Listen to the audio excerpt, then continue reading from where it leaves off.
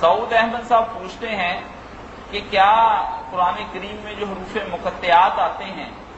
ان کے اوپر بچوں کے نام رکھے جا سکتے ہیں، مثلا غلام، یاسین یا طٰہٰ وغیرہ؟ لوگ یہ نام رکھ لیتے ہیں یاسین طٰہٰ وغیرہ، یہ غلط ہے، ایسا نہیں کرنا چاہیے، یہ کوئی نام نہیں، نہ ایسی بات ہے،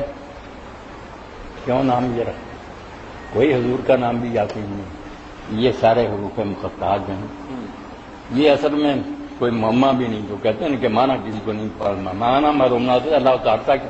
اور کافر اگر کہیں کہ جس کی سمجھ ہی نہیں تھی، بعض لوگ سے کہتے ہیں نبی بھی نہیں جانتا تھا راز اللہ کا، تو اتارا کیوں جو نبی بھی نہیں جانتا؟ یہ کوئی بات نہیں، سب سمجھتے، کافر بھی سمجھتے تھے، مسلم بھی، اس لیے کسی نے سوال نہیں کہا، وہ اس لیے کہ وہ لوگ اپنے پہاڑوں کے، دریاؤں کے، جانوروں کے نام مقطعات پر رکھتے،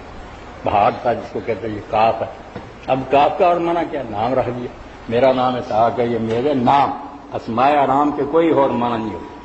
یہ عربی طریقے کے مطابق اس سورت کا ہیڈنگ ہے، یہ کون سی سورت شروع ہو رہی، پورا پڑھیں تو حاضی الف لام، تو پوچھے کون سی سورت؟ الف لام، نام ہے سورت، کون سی سورت پڑھتے ہو؟ کہتے ہیں اقرا یاسین، سورت یاسین پڑھو، نام ہے اس کا یاسین، اور کیا معنی لینا؟ تو جیسے اور طریقے سے نام رکھے جاتے تھے یہ بھی نام، اس لیے اگلی آیت آپ پڑھیں نا، جہاں جائیں تل کا ذالک کا اشارہ آ جائے گا کہ یہ جو نام لیا گیا یہ کیا ہے؟ آیات کتاب، آیتیں ہیں کتابیں بھی، وہ تلکا کا اشارہ یا ذالک کا، اسی لیے پہلے ذکر ہو چکا نا، اگر پہلے نہیں کہا کہ یہ سورت کون سی ہے،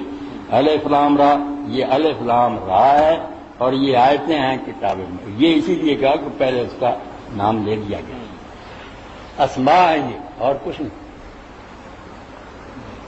عربوں میں یہ طریقہ رائج تھا، بالکل اپنی چیزوں کے نام اس طرح رکھتے تھے۔